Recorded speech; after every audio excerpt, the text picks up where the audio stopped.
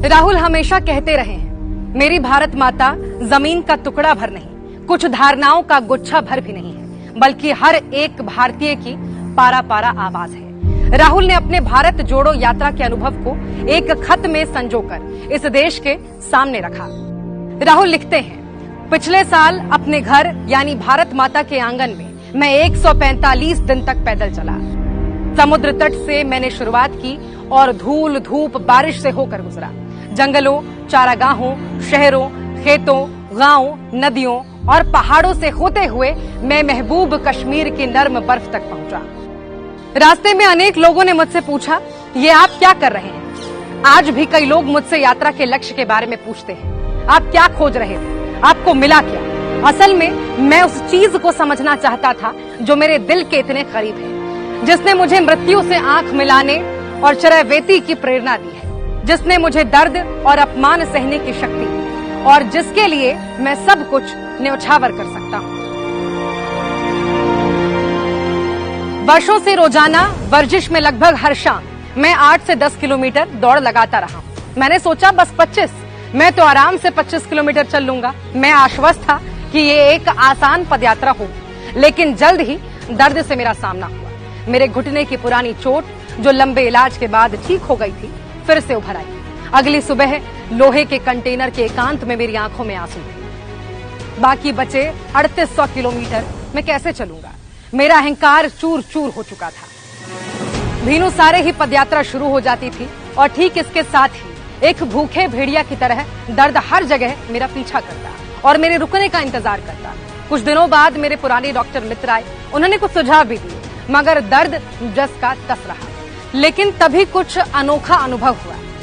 ये एक नई यात्रा की शुरुआत थी। जब भी मेरा दिल डूबने लगता, मैं सोचता कि अब और नहीं चल पाऊंगा, अचानक कोई आता और मुझे चलने की शक्ति दे जाता।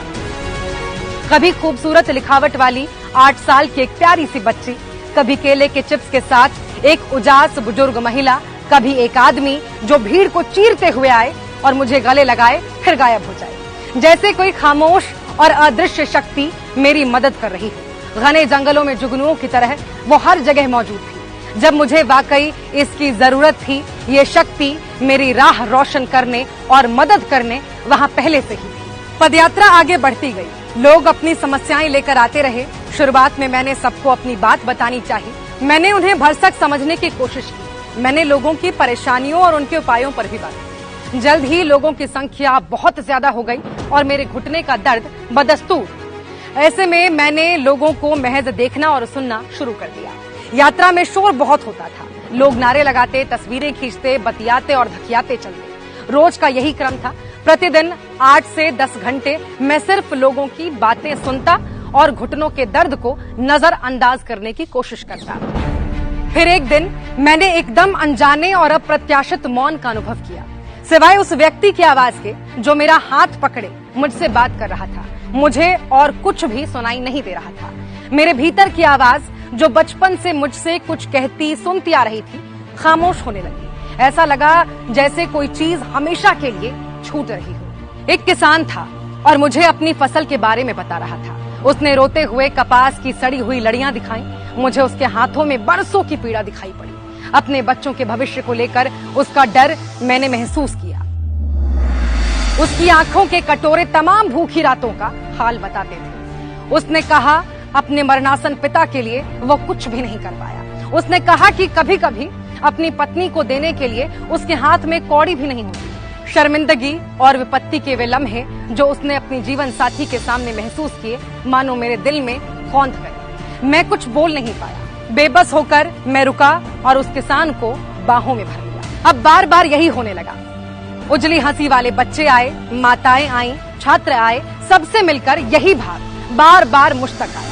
ऐसा ही अनुभव दुकानदारों, बढ़ियों, मोचियों, नाइयों, कारीगरों, मजदूरों के साथ भी हुआ।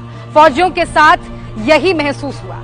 अब मैं भीड़ को, शोर को और खुद को सुन ही नहीं पा रहा था। मेरा ध्यान उस व्यक्ति से हटता ही नहीं था जो मेरे कान में कुछ कह रहा होता था। आसपास का शोरगुल और मेरे भीतर छिपा हुआ अहर्निश, मुझ पर फैसले देने वाला आदमी न जाने कहां गायब हो चुका था। जब कोई छात्र कहता कि उसे फेल होने का डर सता रहा है, मुझे उसका डर महसूस होता।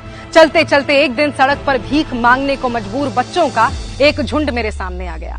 वे बच्चे ठंड से कांप रहे थे। उन्हें देखकर मैंने तय किया, जब तक ठंड सह सकूंगा यही टी शर्ट पहनूंगा। मेरी श्रद्धा का कारण अचानक खुद ब खुद मुझ पर प्रकट हो रहा था। मेरी भारत माता जमीन का टुकड़ा भर नहीं, कुछ धारणाओं का गुच्छा भर भी नहीं किसी एक धर्म, संस्कृति या इतिहास विशेष का आख्यान, न ही कोई खास जाति भर, बल्कि हर एक भारतीय की पारा पारा आवाज है भारत माता।